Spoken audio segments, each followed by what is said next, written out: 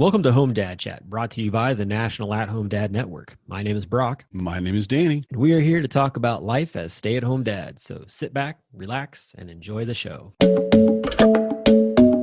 No, I don't want much. I even love handmade crafts made of macaroni. Come on now, you should know me.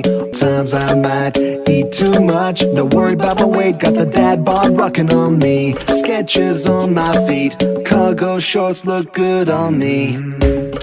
I'm a dad, that's what I do. Hey, everybody, welcome back to the show. It's great to be back after, filling of steak and turkey and cranberry Nummies. sauce and having time with family. Hopefully that was good for you as well. And, not too many dramatic things took place. Right. And for those where it wasn't, we see you. We get it. Yep, We've get all it. been there. Definitely. I think there were a few times where my father in particular said a couple different things, and the rest of the house was like, "No, that's enough." Yeah, and he was we good to stopped there. stop. He was really good to stop. Good. So that was great. But he, sort of like when you're in court, and you're like, I can say this even though I'm going to hear like objection, like the jury at least like heard it Still kind of heard it. deal. It's still Yeah, out there. Yeah. exactly. Like that's how it felt a lot of times. And I'm like, yes, okay, I get it. You got you got your little zing in there, but at the same time, like we're gonna move on. And Mhm. he was good. I didn't have to use the word objection. I didn't have to raise the gavel at any point.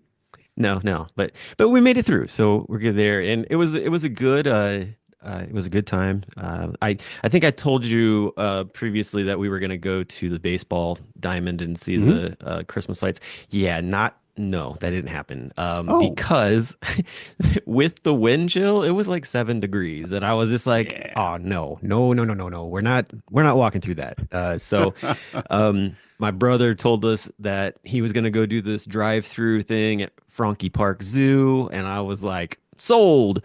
And we had a good time. Stay in And the car. honestly, the money for paying to do that actually goes to help a great organization that helps adults kind of have a second chance at life. Nice. With like jobs and things like that are coming out of addiction. So I was very happy to go do that, and that was a lot of fun instead. Cool. That's great. Yeah, I'd and then like I to hear got that. Coney dogs, lots of Coney dogs. That's what I was going to ask is did you have Coney dogs? Oh Because I yeah, know we four talked about Coney that. dogs. They were delicious. Just slopped on with like chili sauce and the mustard and onions, and they all come with like a little bit of soggy bread, but they are delicious. A little bit of soggy bread. I understand though, because of the steam. It gets a little too Oh steamy. yeah, It's a little, I'm yep. assuming, but yeah. Oh yeah, no, you're not wrong. They have a full like steaming station where they like steam your buns, like Hmm. so. Yeah, as you Yeah, should. if you're ever in Fort Wayne, Indiana, you definitely got to stop and get Coney Gotta get dogs. a It Coney is dog. such an iconic place. I don't know if I sent you pictures or not, but there's like a building right beside it that's got this massive Santa with like reindeers. It's all lit up. Cool. That's been around since I was a kid. So it's a very old Wow. antique thing that they put up every year. Yeah, it's easily 50 or 60 years old, maybe even older than that. It's like that's the place. Like Hmm. everybody goes there. There's a big parking lot in front of it, so people come and they'll park and they'll snap family photos there, and yeah, Nice. Oh, it's that's really neat. cool. That's Yeah. very cool. Hey, a couple things for today. I'm only on for this section of the Just podcast. the intro. So yeah, I gotta take a kiddo to the doctor. So he's fine. Just a regular checkup, just making sure everything is on the up and up. But Hmm. good all around there. But and I am kind of bummed because the our your guest for today is just quite intriguing. She was on with Hmm. Matt Strain on a webinar, which I've just Hmm. found that out. Things have been so busy. Like I sometimes you just don't see some of that stuff come through. I'll have to go back and look at that also along with when I edit this. But you get to talk to Tovah Klein, Hmm. PhD, Hmm. and she comes with a lot of information. Yeah, a I, lot of education for yeah, sure. you were telling me a little bit about like the fact that like kind of her thing is like toddlers and then also too like just raising children resiliently and that kind of thing. And I I'm like, yeah, man, like I think we're all just toddlers a little bit inside. Like there's always things to learn and to process in Well, different ways. it's that because her studies have been mainly on toddlers, and that was the first thing I'm like, well, I don't have toddlers anymore, but I kind of remember. I know it's not the same as being in it, but in listening to her on several other interviews, the point kept coming back of when you we call them three-nagers. When your kid's three, they start just pushing at you, pushing at you. And the reason we call them three-nagers is because teenagers push at you and push at you, and they Right? want to make sure you're a wall. Like, are you really there? Are you solid? Are you going to stay? Or can I just knock you over and do whatever I want? And they want you to be that wall. They want you to be a secure place for them. They want you to be a foundation, but they're going to make it really hard for you. They're going to push you to your limits, right? Yes, But very the much. correlation between how a 3-year-old or a toddler works and operates and how teenagers work and operate. And in reading her book a little bit, and it's called Raising Resilience, it's very much about a lifelong process of teaching your kids how to deal with times that are uncertain. We have the Hmm. from the pandemic, we have, even as far back as 9/11, the tsunamis in Japan. It's so many things that what would I do as a parent? Yeah. How would I Yeah. handle that? And as you mentioned earlier, I would freak out. Yeah. Well, I mean, If you got tornadoes and hurricanes and mhm, like and mass amounts of snowfall and like that mhm. kind of stuff. So yeah, definitely there's Yeah, all kinds of different elements to it. and not only the adversity of life, but the uncertainty, which is part of the title of her book. Because of that, how do we deal with what we don't know? What's going on? How is this going to work out? What's going to happen tomorrow? Not to get political, of course, but the recent election put a lot of people into a place of uncertainty. Some people are very happy about things, some are very unhappy about things, and we're not going to get into politics. So, but wherever you are on that, there's an amount of uncertainty because it's a big change in what's going to happen. And I love the idea of learning to teach our kids how to deal with that, how to Yeah. look at, this crazy world that's coming at you. And it's like, oh, what do we do now? First, don't panic. You know, that's the easiest one, and then move on from there. Yeah, I mean, I think as you grow up, you're always going to be in environments of influx, Hmm. whether that be a neighborhood that you live in, especially like if you decide that you're going to live in an HOA, to living in an apartment complex, Hmm. where there's all kinds of different little things that change. I mean, yeah, I think that growing, continually instilling that in our children is going to be helpful. I think for a lot of us adults, like it's almost like second nature. Like, yeah, we know, like, we're just gonna have to like what's next, that kind of thing. So, Yeah. I was thinking too about the fact that, just talking about she's very heavy on toddlers, that kind of thing. But at the same time too, I mean, really, what is a teenager? I mean, is it not just a grown-up version of a toddler that has more articulation? Because I mean, if you think about it, if you tell a toddler to do something, they're going to argue with you. They're going to have their own thing and they're going Yep. to try to stand their grounds. Same thing teenagers do. They Yeah. just have more verbalization and the ability to walk out the house and you're not like, come back. Like, you're like, all right, fine, go go take a walk. Maybe Yep. just that'll cool you down. It's like can't do that with a toddler so much. And a toddler, the two words that we run into that are just incessant is no and why, you know? Right? And getting into that situation with a toddler, they're just going to say no just on principle. There's nothing wrong with what they no, It seems no. like what teenagers It do though just too, right? and it is, yes, because you get to that point and they want, like you said, they're more verbal about it. They have greater skills in that area, but they still want to know why. They want to look at it and go, no, I don't want to do that. And Yeah. then they tell you why they don't want to do that, which is much better. And they ask you why they should do it. And they're Hmm. still in their way saying, no, I don't want to do that. Well, hang on. Let's Yeah. think about the situation. What's going on? What do you not like? And what have you? It's a lot easier in some ways to handle a teenager. And it's honestly a lot easier in some ways to handle a three-nager I because a I look at toddler, it, yeah, I was gonna say I look at it too though, man, and it's like, okay, so toddlers, like here you are with kids who they're not in school. They're learning a lot of new things. and you're getting them ready to go to school, to be in that environment of being around other people and learning things. And then teenagers, they are in that environment, but you're trying to get them ready for the world, like, Hmm. and so it's like, here's one little world, school, like that environment, and then here's another one when you get into teenage years, is like the bigger thing. It's like, I'm going to release you out into the world and hope that even though all the combatancy that we've had, like that you've picked up on these things, and I'm always going to still be here for you. Just like, Hmm. as a toddler, as a parent of a toddler, you're like, I'm walking alongside of you. Like, Yeah. if you're going to run and do something crazy, like, I guess I'm going to be ready to catch you type of Yeah. deal. Like, Yeah. and on the other side of it, when you're a teenager, it's like, I'm here, but at the same time too, like, I only get to rush in if you invite me to rush in, because Mhm. I can't be rushing in that format. Like, that actually will inhibit you from Right. becoming who you actually Yeah. are trying to be. Al Watts said it really well at the convention, with his son, Miles. And he said it was Miles is the engine, but we're the cars. Mm, We're giving him more responsibilities, but we're also giving him more weight. Like, okay, we want to do this, but let's just hang on. This is how we're going to do it, or this is what we need to do first, or this is how we get from A to Z. And giving that plan, but still letting your child at that age be the responsible one. Step into those basically adult decisions and make their mistakes. Get out there and go. Junior high and high school, that's when you should be screwing up. That's my philosophy on it. That's the time that you can get away with it. Basically, you can look that at it and is, go, "Oh, yeah, I ran into a mailbox."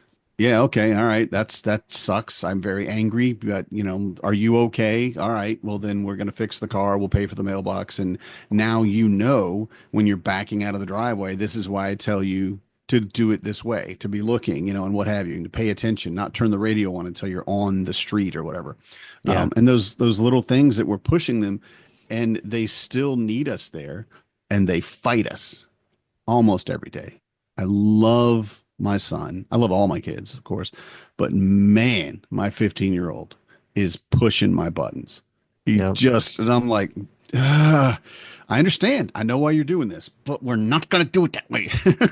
Yep. Well, it's like there's a safety net, for the majority of a child's life. And then as you get more and more through like the teenage years, like that safety net starts to slowly disappear until it's like, Right. okay, there's no safety net here. Like, you are at the mercy of the world in a way, like, and that kind of thing. So, yeah, it'll be a very interesting conversation to talk to Dr. Klein and see, just all the different things that she presents on. And I'm very excited and bummed that I'm not going to be on for it. And so I'll get to listen to it later, like the rest of you all. But yeah, so that's the pre portion of everything. So I hope that everybody's excited to hear the interview here in a few minutes. And when you come back, it'll just be Danny and his guests, and we'll go from there. So for me, I'll talk to y'all next week, and Danny will be back here in just a few minutes. Become a member of the National At Home Dad Network, an organization focused on providing advocacy, community, education, and support. Connecting with households where dad is the primary caregiver of the children. We do this through our webinar and podcast series, mental health support groups, regular online social events, as well as our annual convention. The National At Home Dad Network is a 100% volunteer organization. Without the generous support of its members and the community around it, we would not be able to continue the work that we do. Becoming a member gives you access to past convention speaker presentations, the ability to vote for board members annually, and ensures that the organization's fees and bills are in positive standing. Oh yeah, it should not go unmentioned that there is some cool swag headed your way if you decide to become a member. For only $35 a year, your membership provides you with the exclusive content only we can generate, and you'll be supporting an organization that benefits families all around the country and world. By advocating for them, offering them community, providing education and guidance and supporting them to grow in their parenthood journey. And one last thing, if you contribute $500 or more, you will become a lifetime member. Not only will you receive everything already mentioned, but also a certificate recognizing your status and an exclusive National At-Home Dad Network challenge coin with our trademark logo, Dads Don't Babysit. So, what are you waiting for? Become a member today. And welcome back to the show. And welcome to Dr. Tovah Klein, author of Raising Resilience. Dr. Klein, I'm very happy to see you today. I'm excited to be here. It's been great. Well, I did listen to your interview with Matt Strain on our DadX, and that was great. I wasn't able to participate at the time because I had my kids being kids like they do. But I wanted to talk to you for just a few minutes before we get into your book and everything else, because one, we like to kind of get to know our guests as far as who they are. And you have 3 kids, and they're all grown. Is that right? Yeah, or I think they're grown. They're 20, 24, and 27. Yeah. Almost 27, yeah. Well, of appropriate age where they should be grown, right? Yes. They never go away. They still come back. That's Yeah. the whole premise of my book. You want them to want to come back when they don't have to. Yes. And I would love to talk about that because that's something that I know a lot of our listeners, most of them being at-home dads, work really hard on being the best parent they can be. And a big part of that for most of them has been developing that trust in their children that you love them. So that you develop that relationship. So, I may not like what you're doing. I may not appreciate your words or your choices. We may need to regulate some other things. But realistically, I love you and I want what's best for you. And I found a lot of that in the other interviews that you've done. And you have done quite a few interviews, let me say. So I'd love to talk a little bit more about that, developing that relationship to where you can believe that they're going to want to come back and see you. A lot of it comes, literally in the day-to-day kind of what every dad listening thinks of maybe as the mundane, or I sometimes say the tedious, boring, but in those interactions, we convey a lot to our children, which is you're going to be good sometimes, you're going to be not so good sometimes. It's okay. I'm going to still love you. Those mornings where you're trying to get children out of the house and one won't get dressed, another one forgets their backpack, and on and on. You may not be even at your best moment, but the message can still be, whoa, that was rough. Now we're all in the car. Let's get to school. We're good again. And the more that we as parents can do that, dads, moms, whoever the caregiver is, the more that we convey to children, I see all of you. I love all of you, even at your worst moment, and importantly, even at my worst moment. Nice. We own that stuff. Then that relationship has a really solid foundation, and children over time really trust, oh, this parent's going to be here for me. Dad's going to be here for me, even when it's rough, even when he yells, even when I'm not listening. And you want that because as they get older and then they're teenagers, you want them to be able to come to you and say, I messed up. Nice. And not feel like they're going to be judged for it, but that you're going to go, okay, tell me what happened. And in your head, you're going to say, don't say anything, just listen first. Right. Which is hard. Yes. Yeah. And don't judge. And I found that to be just a kernel of truth in everything that I've heard you say and everything that I've read. It's so important to be able to allow your kids to come to you and tell you the things that are going on and not tell them they're wrong or not interrupt them or not say, no, you need to do this. And we talk a lot as well about something that we think for most of us, our parents never did, which is apologize and admitting that you were wrong, which is very difficult for a lot of people just to be able to say, I was wrong. I'm sorry. Just for anybody really, but to say it to your child, the idea of, I think if it had come down to it, my dad or my mom, either one would have said, I'm sorry. They were able to do that, but I really doubt anybody else, not his dad, of course, or their mom and dad would never have said that. But the understanding of being able to look to your child and say, I know I'm not perfect, and I'm not expecting you to be perfect. I was wrong. And giving them that opportunity to look at you and say, oh, well, you are a human being. I really think that too adds into that trust that they recognize, oh, mom or dad did this too, Yeah. you know? I think in a way, it's like really it's a core of humanity, but also a core in this relationship between the parent and child, right? When I talk about resilience, I talk about not a dose of something, but this piece that's developing through the relationship. And this is such a key piece of it because children get worried, they get scared at those moments where either they've acted in a way that they know a parent is not happy with, or the parent is upset with them. It's very scary because they need us. Hmm. And we often forget this, right? They need us at 2 and at 5. They also need us at 8 and at 18. And we forget that we're still important. We're still there. I call it the anchor. We're still their anchor in life. And so when we go back and say, listen, I shouldn't have yelled like that, and I apologize. I was upset, but that was wrong. They learn a couple of things. One is that it is human to own your own stuff. Equally important, we all make mistakes. We all do things that we need to repair, which is part of the relationship. And as you said, you don't have to be perfect, nor could you be. So our standards often for our children, particularly our first ones, tend to be way too high because, it's our first one. It made Yep. you a daddy. It made me a mommy. It's like, oh, we put the weight of the world on them without meaning to. And when they look up, they see us. They see the parent or two parents, if there's two. And they're like, I can't quite ever meet that standard. Whereas, your second or latter borns, they're born into siblings and they're like, aha, I can catch that. Whether they can or can't at the Yes. moment is irrelevant. They're close. And so by going back and reconnecting, first of all, it's relief for them because they're worried.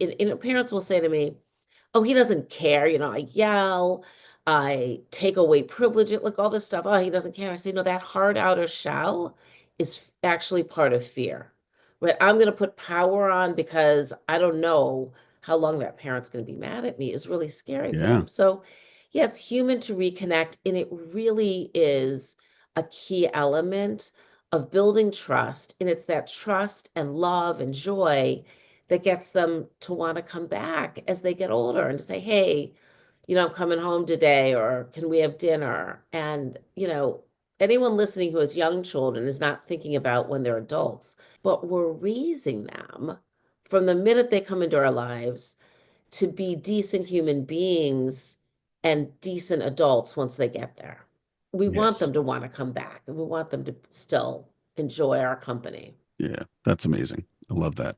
So, the full title of the book, Raising Resilience: How to Help Our Children Thrive in Times of Uncertainty. I think that's very appropriate right now for a That's lot of right. people. I know you've probably talked about the election more than you want to, and we don't need to get into that, but just the reality of the uncertainty of the times Yeah. we live in, coming out of quarantine. Most of Mhm. us, our children during quarantine were home with us 24/7. It was great. We love our kids. Yeah. Would like to stop being their only friend in the world, but Yeah. yes, it's Got great. to know them very, very well, right? Very well. Yep. And their teachers and Yes. literally had talked to every one of my kids' teachers. I'm so sorry. I don't know how you're Yeah. handling this. We're not handling it well, but I'm glad Yeah. you're here and doing Yeah. what you can. But the reality of uncertainty, of course, it's not just right now. It's not since Hmm. 2020. There's always been things that families have been uncertain about, whatever it could be financial, it could be natural disasters, it could be quarantines, things like that. And I know your book goes into this, and I encourage everybody to read it to get the full story.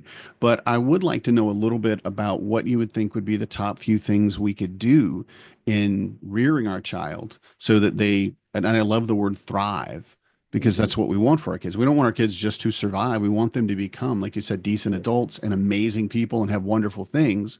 What would you say would be the like first few steps that we would need to take as Get parents there. to get there? So, a big premise of my book, which was envisioned long before the pandemic, and then I put it aside for a while, even though I'd written a proposal. Then the pandemic came like 4 years after I'd started, the ideas, and I was like, oh, I don't know what this is, but it feels really uncertain.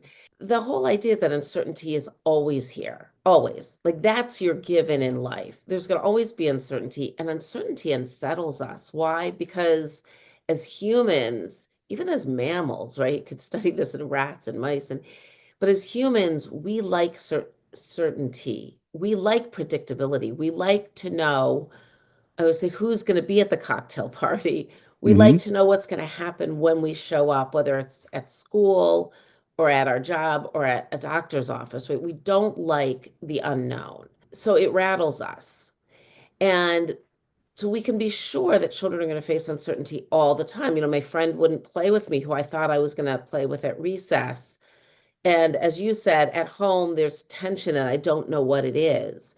All of those factors matter. The first thing I always say about children is that we start by listening to them because as parents, first of all, we have to get through the day. So we're always orchestrating that. But we tend to tell our children what to do when they come home and complain about a friend or about a teacher or that test, their algebra test wasn't what they thought it was going to be. We tend to jump in with like, well, next time when you need to study, do it differently, which they just take as blame. They're like, no, I need to tell you how bad this was. So listening goes a long way. Whether it's that your child needs to vent or they're just sad, they're quiet, and you listen, they feel heard, they feel understood. That's a Yeah. real gift of bad things happen. Even if I, as the parent, think it's a little bad thing, your child may think it's a big bad thing. Right. It actually starts to prepare them for the bigger bad things that will happen in their life. I'm sorry to say, Hmm. adversity comes at some point because they feel like I'm not alone. And that's what listening does. It says to the child, I'm here for you. I'm here for you. Even if I need to move you along, like, I'd like to hear more about that. I got to make dinner. Do you want to come with me in the kitchen and help? Right. They feel like they've got this person who's by their side. So that's one. Another thing that really helps all of us, and especially children, face uncertainty is routines.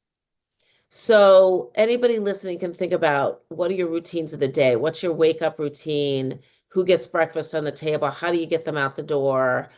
Bedtime routines, routines around meals, usually dinner, weekends, it could be breakfast and lunch. All of those routines, yes, important for little ones because they have no sense of time, but also important as children get older because they're grounding. On Thursday nights, we have a family dinner. I can count on that. On Hmm. Sunday mornings, we do breakfast together. I can count on that. But it also helps them walk through the day. So routines are important because they're dependable, which is calming in the face of uncertainty. But also we can predict them. We know they're going to be there and they walk us through the day. And you know this because if you skip a part of your own routine, you tend to skip another part. I always say, like, if something gets messed up in the morning, chances are I'm going to forget my keys. Why? Right. Because normal, it's like breakfast, put the dishes in the sink, help everybody brush their teeth, then I grab my keys. If one of those pieces is off, it tends to throw us off. Children are the same way. We like automatic. I do this every Hmm. day because I do it every day, which might sound funny because we have to remind our children, remember, after breakfast, the plate goes in the sink. Remember, Right. when dinner is done, the bath gets started. Like it's those constant reminders, though, actually help children get what we call self-regulation. Oh, first there's this thing, then there's that thing. It actually helps them. So even those two pieces are really grounding. And then I would go back to, what we talked about before, repair, coming back together when you've disconnected. Disconnection's not the worst thing in the world. I missed what you were upset about. I just wanted to go back to it. If you want to talk about it at some point, I realize I really did overlook that. That says to the Excellent. child, I'm human and I'm back. They need to know that they're not alone in the world. That's their superpower. Realizing I'm not alone in the world. This parent is here for me. I have to say too, for all of us that are right here around the holidays, the need for schedule, for routine is Yeah. so amazing. Yeah. And it just takes one day away. We heard so many of our dads were like, okay, it's Monday after Thanksgiving. We Yes. just got to get the Yes. kids back in the routine. We got to do this, Mhm. and we were talking about how to do it, how to get them ready, like getting ready for school for the first time in the year. Yeah. what is our routine going to be? And a lot of our dads will go and do it the day before or a couple of days Mhm. before and just get the kids up and go through your routine until they're ready to go to school. So you get them into that habit again, Right. back into it. But the holidays and the grandparents, no offense to Yes. grandparents, I love you all, Yeah. but please don't feed my kid that. Please don't keep my kid Yeah. up till Yep. midnight or whatever. And throwing that off, like you said, it's just a small thing, but then the next morning is just tremendous. Yeah. It's Yeah. huge how much change it gets. And I think all of our listeners, all of our parents really understand what you mean by Yes. how valuable routines are for sure. And what's funny about it is that when I was writing this book, and the book really goes across ages, Hmm. it's about toddlers, it's about elementary age, it's about teenagers, Yes. because this is about human connection between parent and child. I was like, do I put routines in here again? Even though I'm not talking solely about young children, I realized, of course, Yeah. because after a disaster or you've been uprooted, there's been a fire in your home, you've been uprooted. This was true after 9/11. I did a pretty large study of families with children who had been direct witness to the World Trade Center. You hear the stories over and over. We got to safety, and then somebody said, we got to get lunch for the children. Or how are we going to set up, the afternoon? Is there a playground nearby if they were young children?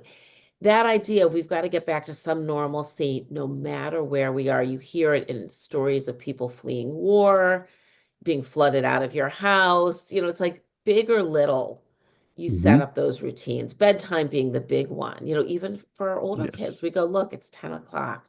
Even though we have to stay at grandma and grandpa's for the next week while the house gets fixed, you still got to go to sleep. Right. And it actually brings a sense of safety and calm. That's amazing. And Brock and I did talk about that, the work that you've done previously, 9/11, tsunamis, and everything else. And he said, I don't know how after something like that you'd be able to just go get lunch or go to the park or Yeah, do. He said, I don't know where would you be mentally that you were strong enough to do that. And I went, yeah, I can't tell you, man. I think it comes down to sacrifice of self, which is a lot about yeah, what parenting is. Like, okay, this is where I'm at. I can't be right there right now. yeah, I need to just step out of that box and say, yeah, okay, I'm gonna deal with that later. I'm gonna process all this later, but right now, my kids need me. And I think that's one, just like a superpower almost that yeah, we get as parents that not all of us have, but that we develop because our ability to just say, I need to wait on this, and I need to take care of this child or yeah. or my children and what have you.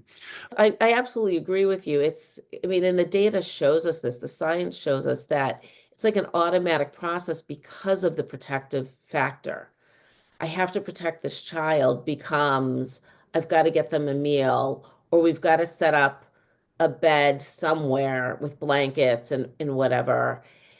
We also know that parents have higher rates of PTSD after a disaster. Why? Because we do this Hmm. and we take care of our needs later, and we are responsible for other humans. And so there's a vulnerability that comes with it. And when people set up support services, they know to make sure to look out for parents or caregivers. Somebody might be caring for an elder person or somebody who's got, like some kind of handicap, disability.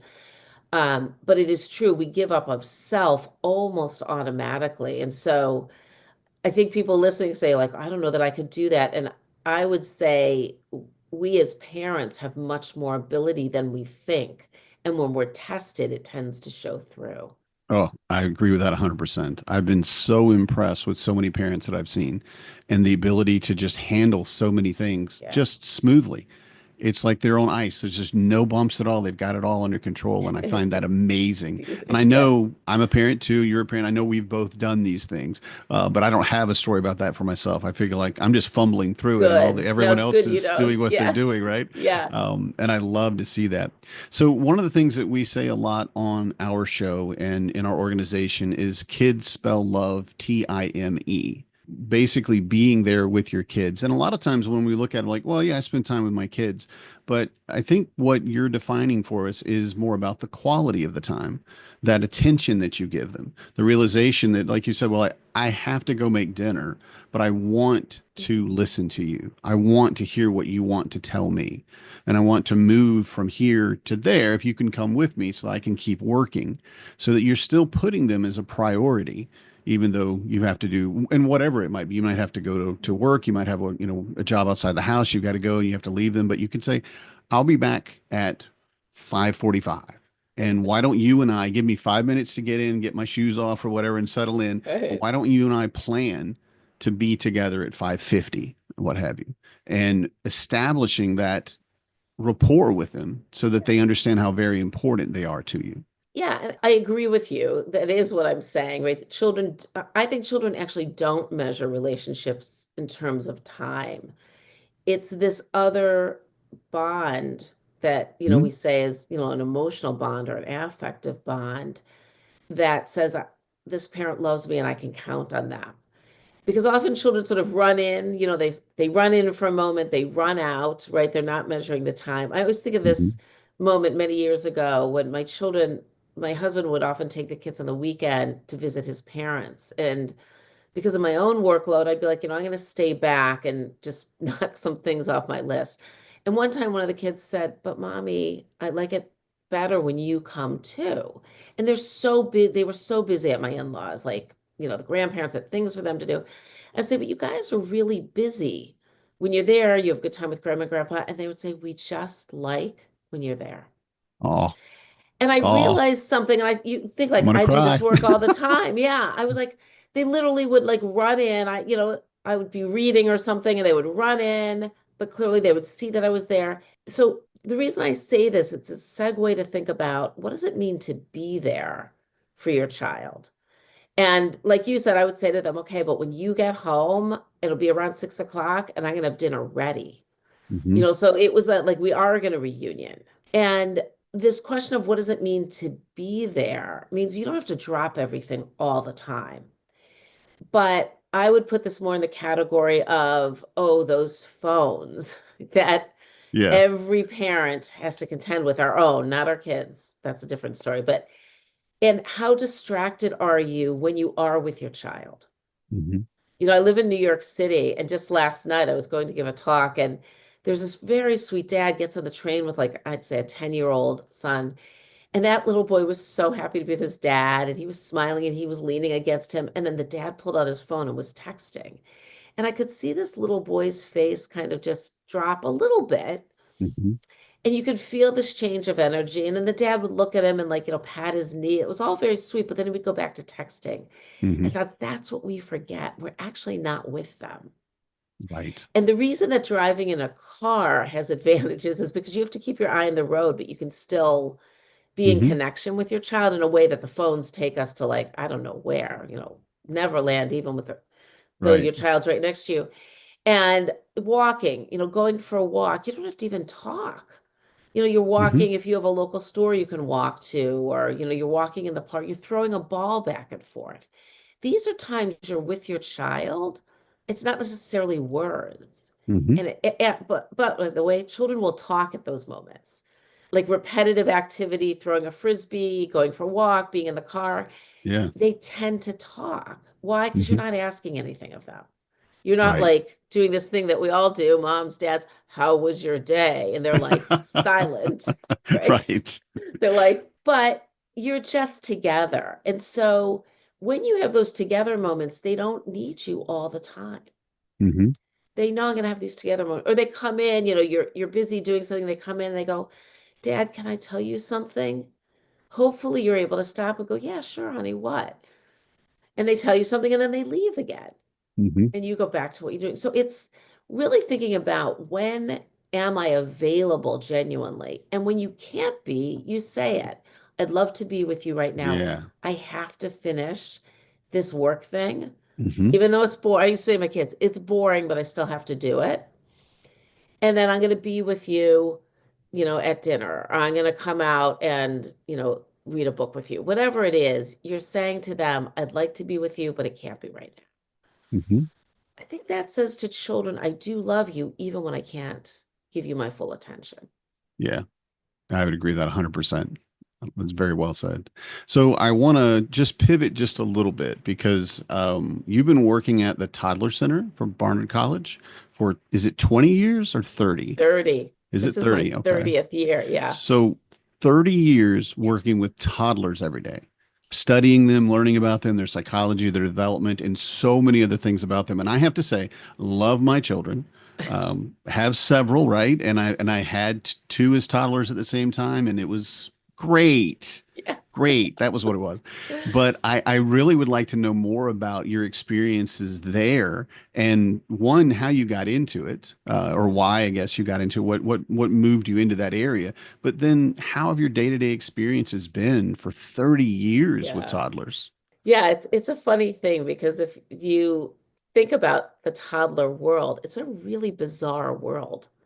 And that's where my Yes. first book came from, How Toddlers Thrive, because I realized I live this every day. Hmm. And if I could explain to parents what this world is, they would shift how they think about toddlers and young children, and they would enjoy it more. Because again, Nice. predictability, you'd be like, oh, that thing in her hand, she's going to throw that. Rather than Right. saying, why did she throw it? It's like, Yes. because it's in her hand. That's why she's Yes. going to throw it. Nice. But I learned so many things by watching. It's really, again, like watching, listening, Hmm. which is every toddler is different. But the really interesting part of my work is that we have children. It's like a living laboratory for our college students, our psychology students, program for the community, and then we can Hmm. do research there. And there's a lot of joy and a lot of emotions. Hmm. So every toddler is different, and certainly every parent is different. But every group of toddlers has its own personality. And that's, I think, the piece Oh. that I find so interesting. So you have 12, the group size is 12. They come usually twice a week for like a preschool. They're 1.5 to 3. And the sort of energy of a group of children varies. And that's always interesting to me. Hmm. And then it's all about their emotions. Everything is about their emotions. And Yeah. so we really work on helping them know it's okay to be angry. It's okay to miss daddy after he drops you off. It's Yeah. okay to not want the rice cakes, the beautiful rice cakes that we serve for snack. We're going to still love you. Like, Hmm. eat it or not, that's up to you. But I got into it really because in college, way back when, attachment studies were kind of at their height.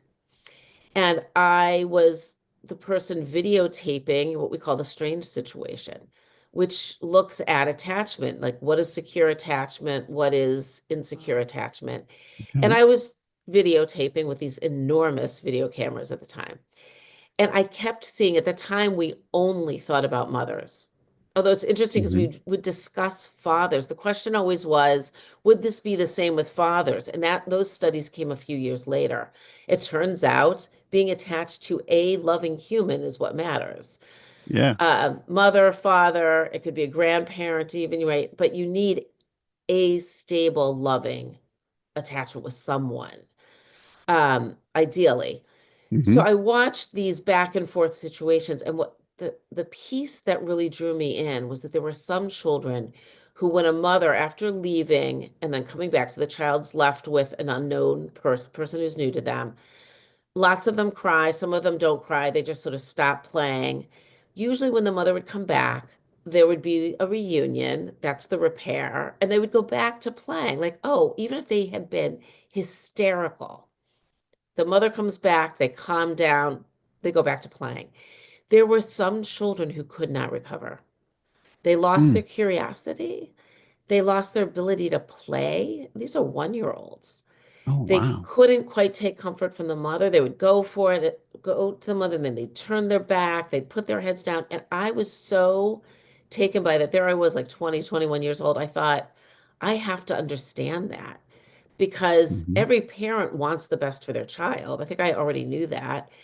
Something's awry here. And if I can figure out how to help that dyad, Hmm. then we could be repairing.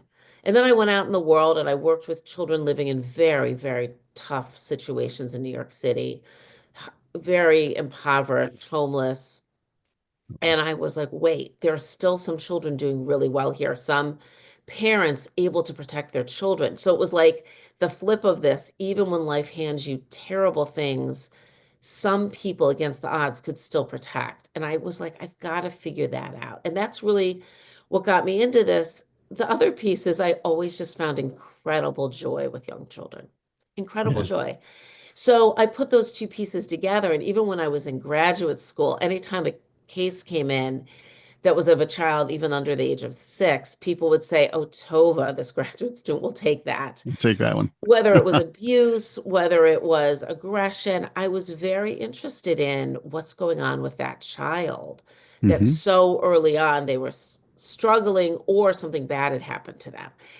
And that's really what got me into this. And then, timing's everything. This job opened up right when I was leaving school. And it's a funny, because it's just a different story for another time. But I basically said, no, I'm not going to be an academic. Like that academic life, I don't think is for me. And then here was this job. And I've spent 30 years as a professor with really incredible Barnard College and Columbia University Hmm. students and working with parents and working with children. I say I get it at all levels, right? The toddlers, the teen, college students, and the parents. And it never bores me. It really doesn't because, the context of our lives change Hmm. severely, right? But what young children need doesn't change. Their brain development doesn't suddenly shift. They still need stability. They still need protection. They still need to reunion with a parent even Hmm. if they've had a rough day, even more so if they've had a rough day, the child. So all of that together is what got me into this. And I still enjoy going and observing and watching those small humans find their footing. And it really is the beginning of who we become as adults. Yeah. I love it. I love it. I'm a little jealous. I have to admit, toddlers are amazing. I don't Yeah. want one anymore. Yeah. All I right. don't But I would either. love to have one for a little while, right?